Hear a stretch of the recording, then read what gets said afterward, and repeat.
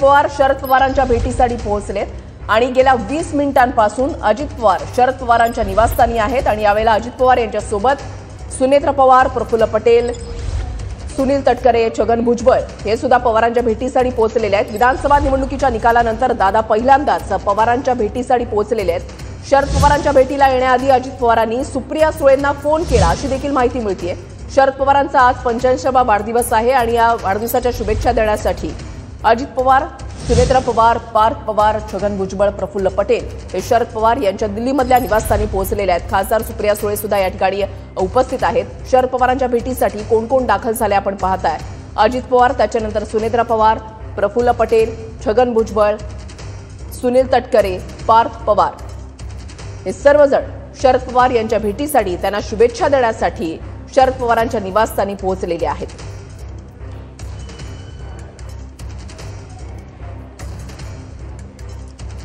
ज्येष्ठ पत्रकार संजू उन्हाळे सर आता आपल्यासोबत जोडले गेलेले आहेत। उन्हाळे सर, स्वागत आहे तुमचं TV9 मराठीमध्ये। राष्ट्रवादी काँग्रेसमध्ये उभी फूट पडल्यानंतर लोकसभा विधानसभा निवडणुकांचा निकाल लागल्यानंतर पहिल्यांदाच अजित पवार आणि शरद पवार यांची थेट भेट होतीये आणि ती सुद्धा शरद पवार यांना वाढदिवसाच्या शुभेच्छा देण्यासाठी। तुमची पहिली प्रतिक्रिया?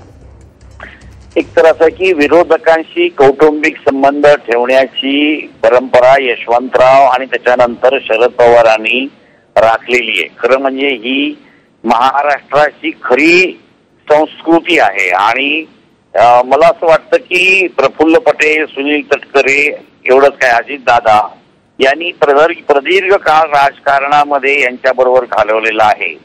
त्याच्यामुळं एक माइलस्टोन असा वाढदिवस आहे। या वाढदिवसाला शुभेच्छा देण्यासाठी ते गेले, ही एक चांगली गोष्ट मला असं वाटतं घडलेली आहे।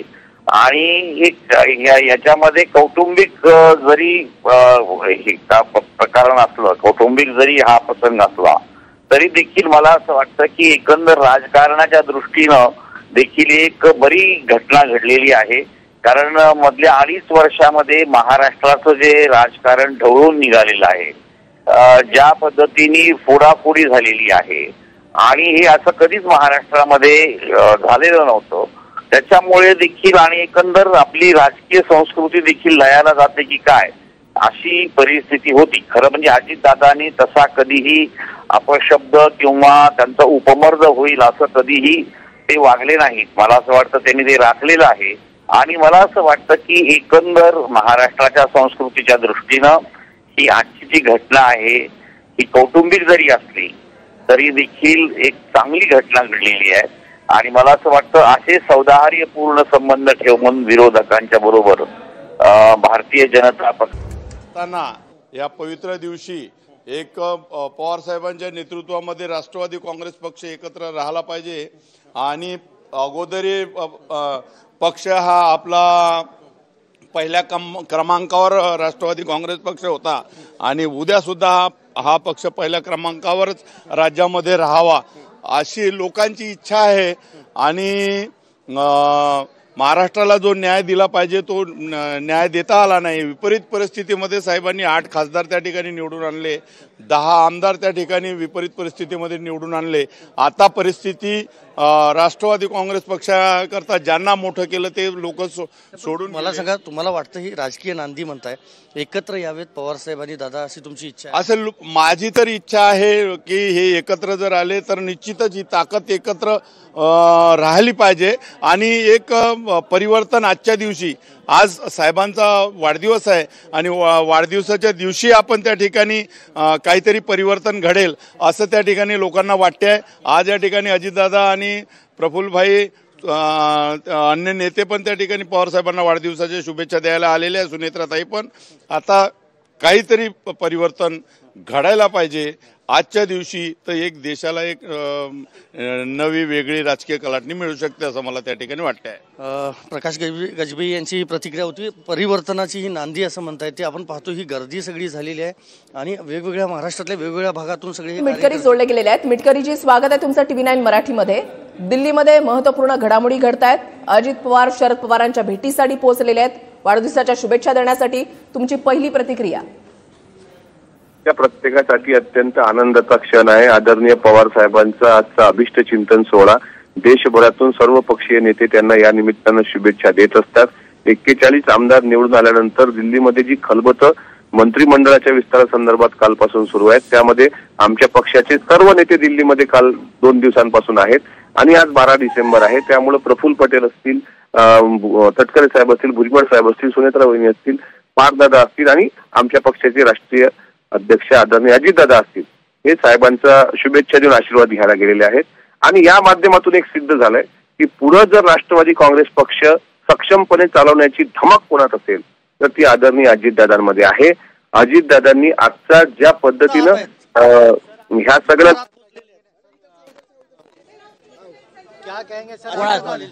मी काय करू नाही तुम्हाला म्हणजे अजित पवार हे उपमुख्यमंत्री राज्याचे शुभेच्छा द्यायला पोहोचलेले आहेत, ही बातमी आहे सध्याची. बातम्या तुम्ही काही करू शकता.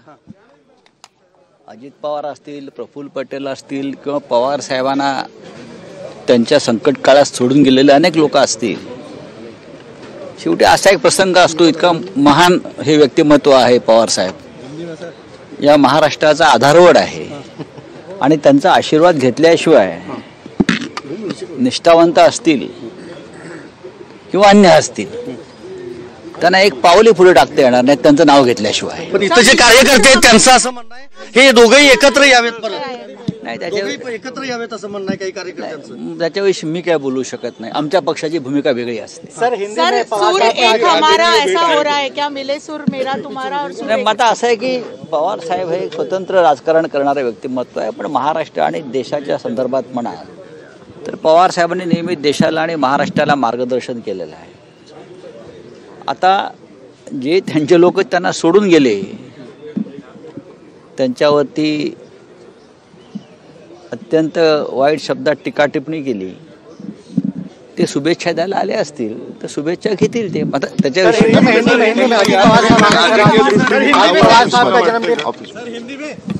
आपण पाहतोय राऊत साहेब हे दुसऱ्या गेटनं खरं तर त्यांना आत नेलेलं आहे.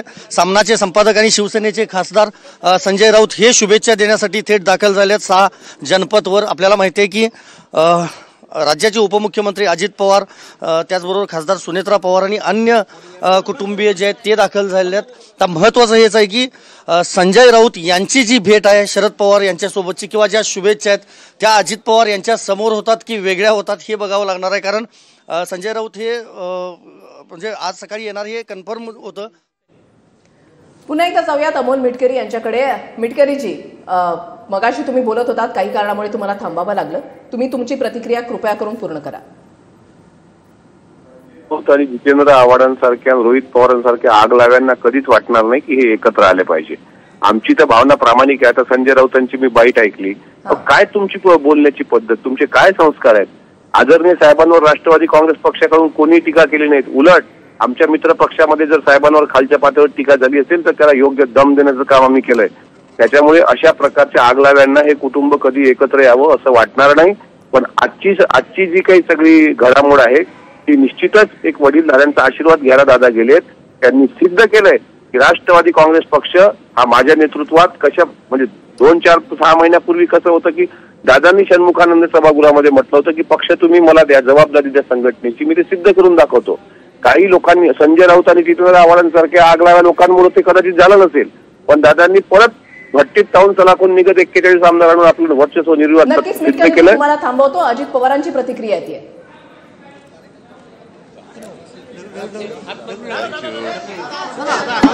काय चर्चा झाली पवार साहेबांना? तर अजित पवार शरद पवार यांची भेट घेतल्यानंतर, त्यांना शुभेच्छा दिल्यानंतर आता शरद पवार यांच्या निवासस्थानावरून बाहेर पडतायत. जाणून घ्यायचंय की आतमध्ये नेमकी काय चर्चा झाली, काय संवाद झाला. एकूणच आता अजित पवार माध्यमांशी संवाद साधतात का तेही पाहणं महत्वाचं असणार आहे. इतर वेगवेगळ्या प्रकारे साधारण काय इकडे काय चाललंय, तिकडे काय चाललं, म्हणजे जनरल परभणीला काल असं का घडलं किंवा इतर ठिकाणी काय चाललंय, अशा सगळ्या चर्चा झाल्या. इन जनरल चर्चा त्या ठिकाणी झाली. आणि पार्लमेंटमध्ये लोकसभा का कमी चालली, राज्यसभा का कमी चालली, आमचं मंत्रिमंडळाचं बाकीचं कधी मंत्रिमंडळाचा विस्तार त्या ठिकाणी होणार आहे, आमचं अधिवेशन केव्हा आहे, अशा जनरल चर्चा ज्या नेहमीच्या असतात तशा पद्धतीने चर्चा झाली. आणि चहा पाणी नाश्ता झाला, आता आम्ही निघालेलो. नाही राजकीय विषय कसले, आपण चर्चा करतोच ना. आता सगळ्यांना तुम्हा पत्रकारांना पण एक क्युरियोसिटी आहे ना, महाराष्ट्राचं आम्ही 3 जण, एक मुख्यमंत्री 2 उपमुख्यमंत्री झालेत. बाकीचं मंत्रिमंडळ 40 लोकांचं कधी होणार? कारण 16 तारखेपासून अधिवेशन आहे. अधिवेशनामध्ये बिलं आहेत, अधिवेशनामध्ये इतर कामकाज असतं. त्यावेळेस त्याची उत्तरं देण्याच्या करता त्या डिपार्टमेंटचे संबंधित मंत्री असण्याची गरज असते. ह्या सगळ्याचे सर बहुतेक 14 तारखेला बहुतेक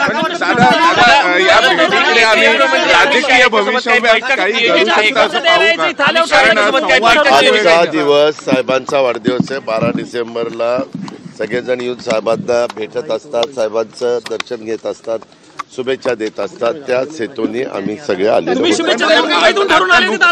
संजय राऊत पण म्हणाले की ना ज्यांनी टीका केली पण साहेब अमित शहाना मी आता मी त्यांना भेटायला जाणार साहेब. पण आज संजय राऊत म्हणाले की ज्यांनी टीका केली माझं काम आहे, पण ज्यांनी टीका केली ते आज भेटायला आले तर आम्ही शुभेच्छा घेऊ. मला एक राजकारणामध्ये टीका टिप्पणी काही वेगळे पण संबंध असतात ना. बरोबर, तर टीकाच सगळी असते. आमच्या इथं महाराष्ट्रामध्ये यशवंतराव चव्हाण साहेबांनी सुसंस्कृत महाराष्ट्र मध्ये कसं राजकारण करायचं ते शिकवलेलं आहे. त्या पद्धतीनं आम्ही काम करण्याचा प्रयत्न करतो. आपण पाहतोय 14 तारखेला राज्याचा शपथविधी होणार असल्याची ही मोठी बातमी उपमुख्यमंत्री अजित पवार यांनी आपल्याशी बोलताना दिली आहे. त्यामुळे 14 तारखेला राज्याचं मंत्रिमंडळ हे अस्तित्वात येणार आहे. आपण पाहतोय शरद पवार यांना शुभेच्छा दिल्यानंतर अजित पवार हे त्यांच्या घरातून रवाना होत आहेत. महत्वाचं हेच आहे की येत्या 14 तारखेला राज्याच्या मंत्रिमंडळाचा विस्तार जो आहे तो होणार आहे, शपथविधी जो आहे तो होणार आहे. दुसरं महत्वाचं, मी त्यांचे आशीर्वाद घेण्यासाठी आलो होतो आणि ज्या काही चर्चा झाल्या नेत्यांमध्ये त्याबाबतचं देखील स्पष्टीकरण जे आहे ते अजित पवार यांनी दिलेलं आहे. दुसरं महत्वाचं, अमित शहा यांची आज भेट घेणार असल्याचं देखील राज्याचे उपमुख्यमंत्री अजित पवार यांनी स्पष्ट केलेलं आहे.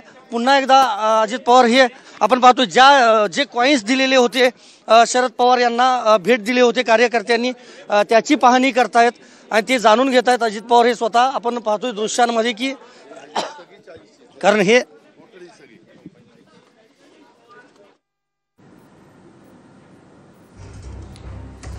तर आपले प्रतिनिधी संदीप राजगोळकर तिकडचा आढावा घेत आहेत आणि ही दृश्य आता आपण या ठिकाणी पाहत आहे. शरद पवार यांना जे एक खास भेट चांदीच्या नाण्यांची भेट देण्यात आलेली आहे, तर ते आता अजित पवार यांच्याकडून त्याची पाहणी केली जाते खास भेट वस्तूची.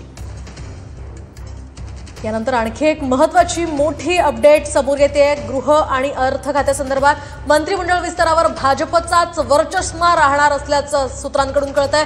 गृह आणि अर्थ खातं भाजपकडेच राहणार असल्याची सूत्रांची माहिती आहे. राष्ट्रवादीच्या पदरामध्ये महसूल खातं पडण्याची शक्यता आहे अशी सूत्रांची माहिती आहे. सार्वजनिक बांधकाम खातंही सोडण्याची भाजपची तयारी असल्याची सूत्रांची माहिती आहे. शरद पवार यांना जे गिफ्ट देण्यात आलेलं होतं स्पेशल ती नाणी आहेत, 1940 सालातली नाणी आहेत.